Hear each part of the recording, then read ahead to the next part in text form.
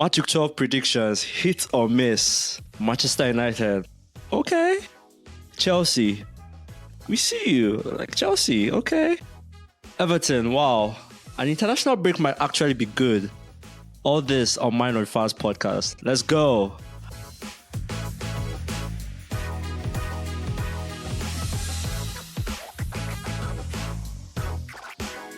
Hello everyone, this is Mind on Fans podcast. I'm David. He's Spy. Spy.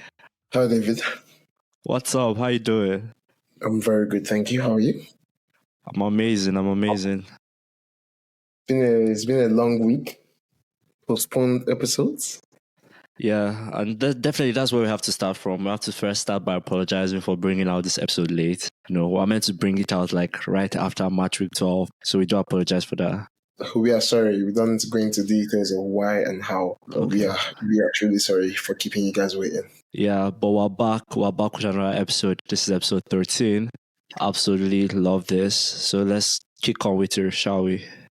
Yep, let's kick off. Let's go. So what do we have in store for you guys today? We'll definitely briefly talk about match week 12. That was 2 weeks ago.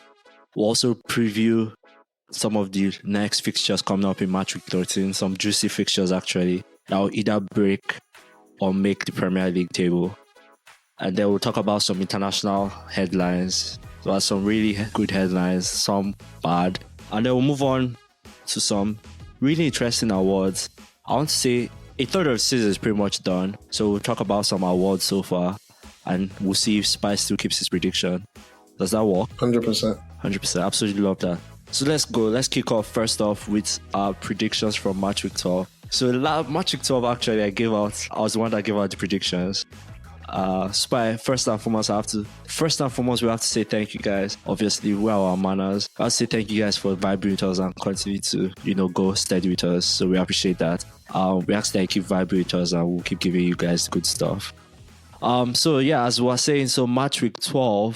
Yeah, absolutely. I gave the predictions. And Spy, I have to first and foremost say I'm sorry because I didn't know how hard this stuff was. When you were giving your stuff and I used to mock you with it. Thank you so much. And you actually used to get one though. You actually used to get at least 1 out of 10. That's a very good score. every loss is a lesson, Exactly. So, and for me, yeah, I absolutely botched it. So it was absolutely bad. I didn't even get one close.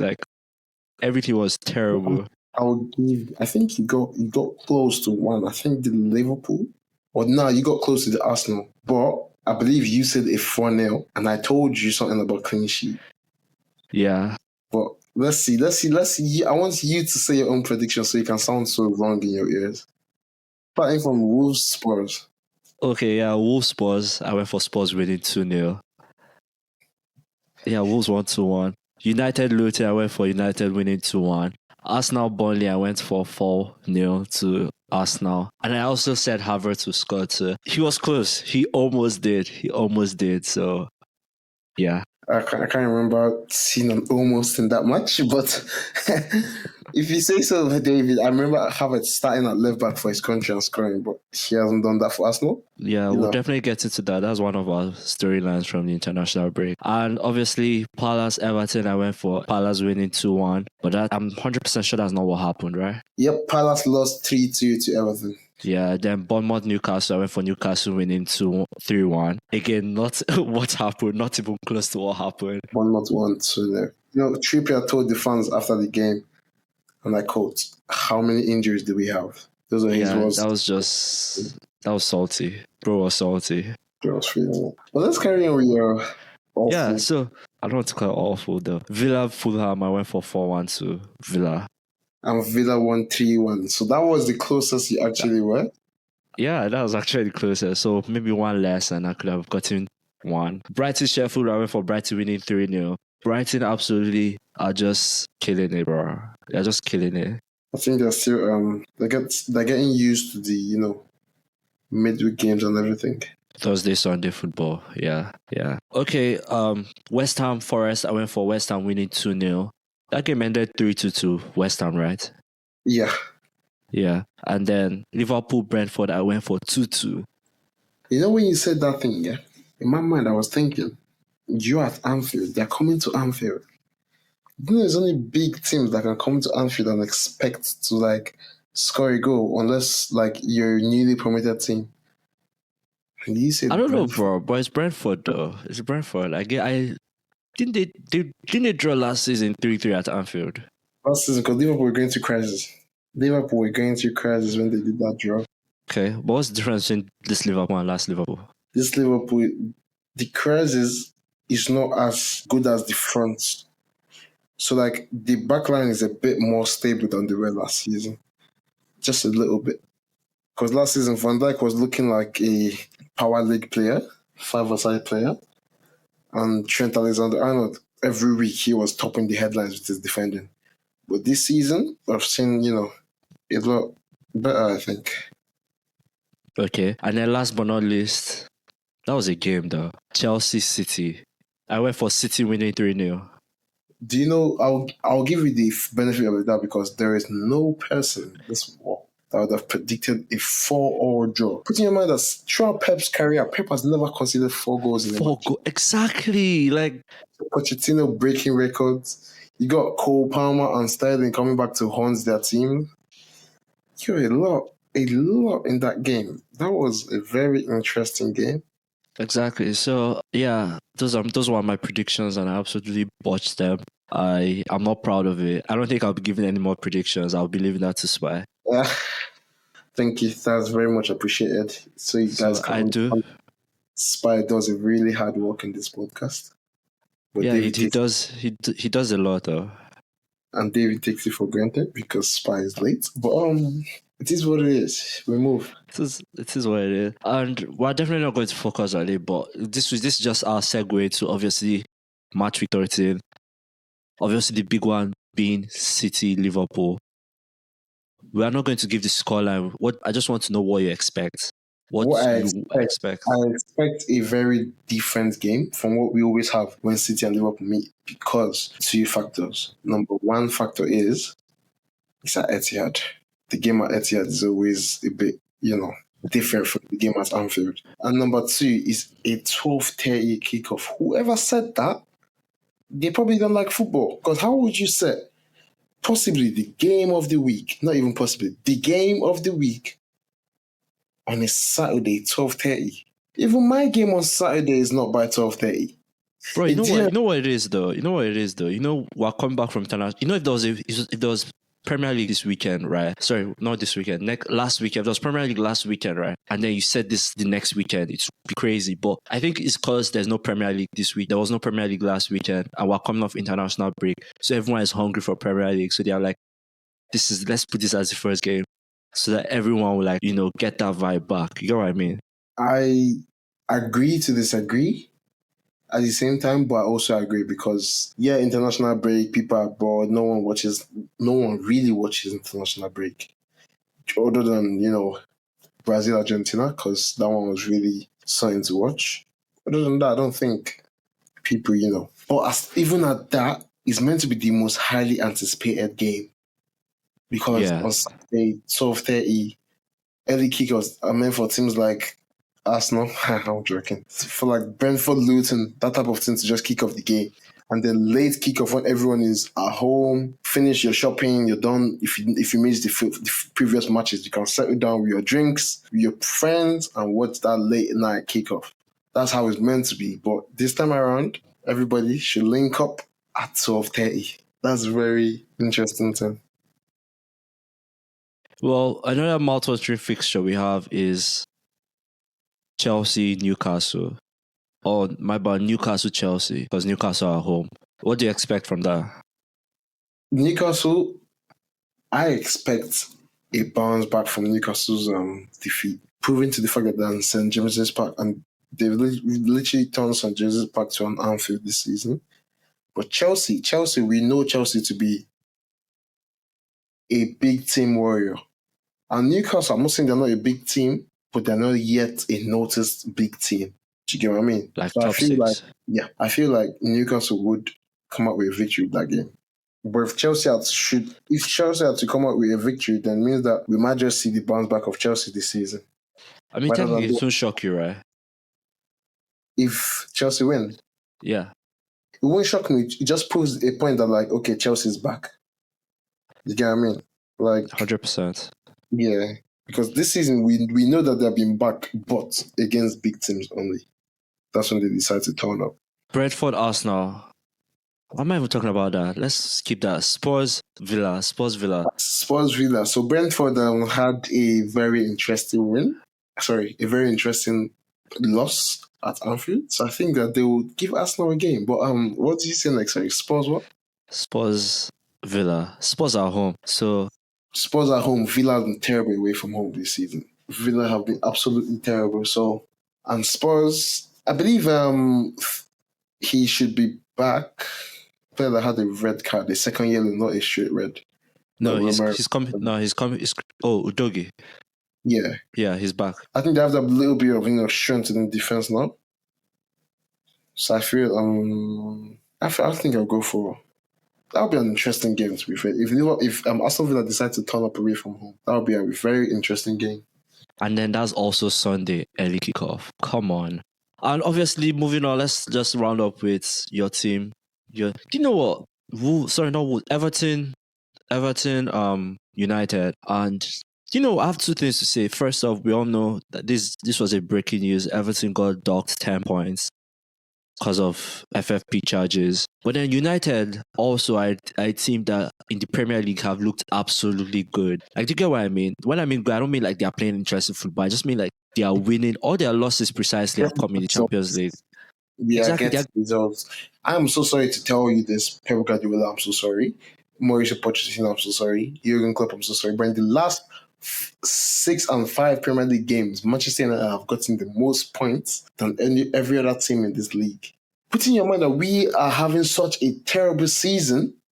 Exactly. But we are 6 points away from top 2. Not even that's top 2. That's why I said it's weird though. Like they're having one of their worst seasons. Arsenal have just one more Premier League victory than us. Just one. If you check, I think United are on 6 and Arsenal is on 7 or 5 and 6. And it's confusing me. Because yeah, 8-7. We are having such a terrible season, but we are actually still that close. Wow. Well, you know what? It's the amount of losses though. 5 losses. Some amount of victory though. It's Ashton. 5 losses though. I'd like 5 losses. We are coming back. I think I overheard Ten Hag speaking with the board of directors of Manchester United, and we're about to do a wipe off. About 12 players are going to get released. Released. Not even sold, because I mean, technically, you need money. So like, we don't need money. We don't need nothing. Not released, but like those players on loans, like Tom Heaton, Brandon Williams, so on and so forth. Their contracts are I think, is going to expire this summer, and I don't think Manchester United have plans of renewing it. Well, let's just stick with Everton for a minute. Obviously, as I said, 10-point deduction, FFP charges. If Everton are getting 10-point deduction for their little FFP charges, and we don't know when City will be, when they'll come for City. But when they do come for City, what do you think we should expect from that? We should expect City to not have any deductions because City have the best lawyers in the world and Everton don't. That is literally, I'm being serious right now. Like, even a layman, a blind man can point out all the charges that City are broken. But City's lawyers will have a way to prove Premier League wrong, just like they proved UEFA wrong. And it was all fingers were pointing that City is wrong in that, but they won the case. I don't know how they did. So all I know is that City are not getting no deductions. Yeah. I mean, I say it to be interesting when they do come out to the verdict. To be interesting to what they actually come out with. But so yeah, Everton are sitting 19th now on 4 points. Wow. I mean, major blow, absolutely, they were playing so good football, and then major blow to them. It's just, yeah, I feel bad for them. You get what I mean? I feel really bad for them. I feel like Arsenal should be next. Moving on to the next part of this week's episode. Obviously, the international break kind of just concluded. Major storylines. First off being, I would start with the more boring headline from the international break, obviously. Norway not qualifying for the Euro 2024 up at Germany. So another major tournament we know Erling Haaland and Martin Odegaard. Sorry, another main tournament without Erling Haaland. That's it. My question from this is, how long do you think we can consider Erling Haaland an actual star if he doesn't appear in, these major tournaments? I'm so sorry, but Erling Haaland is living a messy life right now. Not when I mean messy, I don't mean like with the Y, I mean with the I. Because Messi has missed out on a World Cup. He failed to get Argentina into a World Cup. When was it? Was it 20? But wait, no, pause. I mean, like, this is what I mean. Like, do you get what I mean? Like, obviously, Messi was still in the tournament, right? Messi, I think, actually won the Golden Ball or something. He won the World Cup after that. I don't think they qualified for it. No, they did. 2018. These guys knocked them out. France knocked them out. But they still went to the tournament, though. Okay. Messi still had like... He scored a hat-trick in the minute to take them to... Yeah, but what I'm saying is, there'll be a period of time that, one man cannot carry his country. And the person that is supposed to help him carry his country is shockingly an Arsenal player, which is, it doesn't really give you much to lean on to. So I believe Erling Haaland, he has done a lot. He scored 9 goals in a match. He just had a little injury and then his team couldn't, do the rest. I feel if the Arsenal player should step up, I'm not going to say his name because it sounds very weird. Martin, if Martin should step up his game, I think Norway should be able to qualify for something. Okay, I won't say too much on that. I'll allow you have that one. Moving on, Portugal went 10 games in the qualifying round. Like they did, not like they drew. They actually won all 10 games. Finished 30 points. They're playing against people that my club can walk over. What country is named Luxembourg? Liechtenstein. What? Do you see the problem though? You are taking them for granted. These teams, you cannot take them for granted. I am sorry, but the last time they played the international friendlies, Portugal won them 9 or 7-0. And now they're playing again and they're still expecting the same results. I am sorry, but I heard that the Copa America was washed when you got Portugal playing against... What are they rated? Over 100 and what in the world or something as a country? But this is international. This is still football. We cannot take it for granted, though. Yes, we can't take no team for granted. We are taking this for granted because I heard the Copa America was washed. I heard the Southern American League was washed. But we got teams like Peru. We got teams like Mexico. We got teams like Costa Rica. Those teams are good teams. Known team, Venezuela. You're calling Liechtenstein, Luxembourg. I don't want to hear nothing from Ronaldo fans. Portugal were beaten.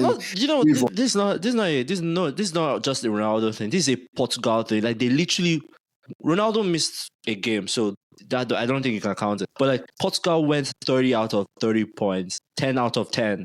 They literally finished. Can I ask you perfect. What was the toughest country that they played? The last team to do that was Italy, I think 20. What was the toughest country they played? Maybe Slovakia. Hey, man, when Italy did that, they had some tough countries on their back. Just put that in your mind. Put that in your mind. Portugal. I mean, Bosnia. Wait. Bosnia and Herzegovina, they are not jokes. Slovakia is not a joke. I love the way Iceland was not a joke when they had Sigurdsson. Mark my words and I'll say it again. Iceland was not a joke when they had Sigurdsson because I remember Sigurdsson in the World Cup, they beat Argentina. Was it 2-1 or 2-0 or 1-0? Because they played compact, they played off Sigurdsson. But now that Sigurdsson is not there, that is just ice. There is no land. Okay? I don't want to hear nothing. Portugal won. That's it. Moving on. I don't want to hear the broke record or the repeating a record or whatever. Moving on. Well, obviously, the next two storylines involve Brazil. Brazil and Argentina lose qualifying games. Argentina actually lost their first game since the World Cup. Sorry, who do we lose? Break. Who do we lose to? Who did we? Was it Uruguay? Yeah. We lost to Uruguay. Like I said again, a named country. People know who that is. People know them from Suarez. People know them from Cavani. People know them from Darwin Núñez, from Valverde. Known countries. We are losing to known countries, not Luxembourg. But carry on, please. No, any Luxembourg citizen watching this, I don't mean no disrespect, but your country is washed. With all due respect. Okay. Well, and then obviously this was at the time of recording. This was yesterday. Brazil and Argentina played, and there was a lot of tension going in. I think Brazil are not looking good this qualifying. I think they've just won like 1 game or 2 games in like. So out of 6 games, Brazil have just won 2 games, and then lost the rest. I think either lost, they have lost 3 and then drawn 1. Not looking good for Brazil. Then they lost to Argentina. To make it worse, they lost to Argentina on home soil. What do you mean to make it worse? To make it worse for Brazil, they lost to Argentina on their home soil. Kind of they're like their arch rivals. Like Italy, England type stuff. Expected. But technically, the storyline wasn't the football part. It was technically what was happening to the fans during the game and how the Argentina footballers had to stop and just stop the game. And, then you have Rodrigo and then Rodrigo De Paul and Messi going at it. Each other Rodrigo calling Messi a coward. But yeah, so that's definitely the major headlines coming out from the international break. Any surprises? Anything to add? No. Nothing to add other than Messi is him. Okay. Well, yeah, as I said, I'm proud. Portugal, 10 out of 10. England also went unbeaten to Yeah, so definitely that's well, let's put a pause on that. No, not a pause, a stop on that segment. Moving on to the last, not the last, but just quick takes on this. 2024 Ballon d'Or, early nominees. Let's just hear early nominees. It's a bit too early. But, if Spies asks the question, Spy what? Delivers. Good. Early nominees for the 2024 Ballon d'Or, Jude Bellingham. That's fair. Phil Foden. Okay, I'm going to stop there. Well done. Hello? I'm sorry, but Phil Foden is technically more gifted than every single player in your favorite club. But moving on, I'll call a name. I'll go on to say Mbappe, always. Definitely. Vinicius. Okay. Haaland. No Haaland. Haaland will definitely be there, but yeah, Haaland, just put him for the name of it. He will definitely be there, but I'm looking at like surprising names that will actually come in there, like surprising. If Kane wins the Harry Kane, if Kane wins. If he wins the Euros and wins Champions, let's just talk the Euros 2024. He doesn't need to win it. If he just wins the Champions League, because we know for a fact that the Bundesliga is already theirs. Like, I know there's a team struggling to do it, but at the end of the day, Bayern comes up with it. So that's already a settled treble. Sorry, it's settled, let me call it a double for Kane. If he gets the UEFA to make it a treble, he just needs to be a finalist, not even a semi-finalist in the Euros, and he's chilling. He has a Ballon d'Or to his name. Last part of the show before we end this on an amazing high. Obviously, what a third through the Premier League already. I just have a few questions here and there. Fast, rapid questions here and there. Don't even think, just tell me the first thing that comes to your mind. Best team. I have to think. Come on, David. This is not. I'm not no Michael Richards. I'm sorry. I am not Jamie Carragher. I could be, but best team currently, Bayern Munich. No, best team in the Premier League. Bayern Munich is not in the Premier League. Currently, based on form or what? Whatever you want to base on best team. And you can. I mean, technically you can say City because they are first, but you have to just tell me who you think the best team has been through 12 games of the season. You know that I would rather die than to call a name of a team that starts with A. So I give it to City. Surprise team. Surprise team. That's a good question. Spurs. Underperforming team. United. Best player in the Premier League so far. I would not say Haaland, even though he has scored the goals. I would say... Oh, this is a difficult question, David. Based on statistics, based on statistics, I'll give it to Jeremy Doku. He has the best stats in the Premier League winger at the moment. I'm sorry. It's a tough one, but you have to agree to it. He has the best stats for a Premier League winger at the moment. I'm sorry, but I don't have to agree to it. I can't even agree to it. I'm trying everybody in my body. I can't agree to it. It's fact. Do your research. It's fact. So what? He has what? Like 7 assists? So 5 assists? He has 5 assists. Okay, and how many goals? Like 3. Pretty much, I think, yeah. I'm not even going to say it. I have other players in my head, but I'm just not going to say anything. I like to, we like to share ideas here. I mean, you could have said Watkins. You could have said Mo Salah. You could have said. I wanted to say Salah, but even if you didn't call Haaland, you'd have said Szoboszlai, Dominic. Watkins, true. Mohamed Salah, also true. Do you get what I mean? If you say Gerard Bowen, I will agree too. But sometimes you just have to pick the unexpected, You're tripping. Okay, surprise player. You could have said James Maddison. I'm just going back to that. You could have said James Maddison. You could have said Son. But no, you said Doku. Moving on. Surprise player. Ollie Watkins. Underperforming player. Haaland. You see, now you're being biased. I think you're being biased. I can name like 5 right now. Who? Rashford. Bruno. You can name the whole Man U team right now.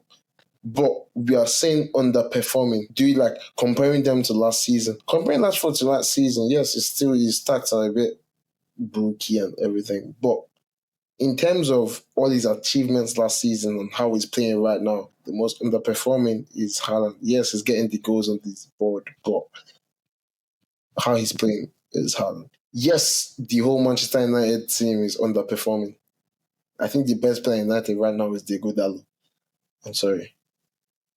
Or maybe the post. The goalpost. Not the goalkeeper. Finally, before we round up the show, are you changing your predictions from the start of the season? No, I'm not. I'm going exactly the same. Smashing it. My predictions are always class. Okay. Well, we've come to the end of another episode. Thank you guys so much for sticking with us. We hope you guys enjoyed this episode. We'll be back on Instagram Live Friday to give our actual score Spice's actual score predictions. I'm done with all those predictions and stuff. So we'll be back on Instagram Live with our score predictions. We hope you guys have an amazing week. We can't wait for the Premier League to be back. Finally to be back, and we'll have constant Premier League till I think either February or March before the first international break of the 2024 year. So thank you guys so much for staying with us. Your support means the world to us. We'll keep vibing. We'll keep bringing all the good stuff. We're out, guys.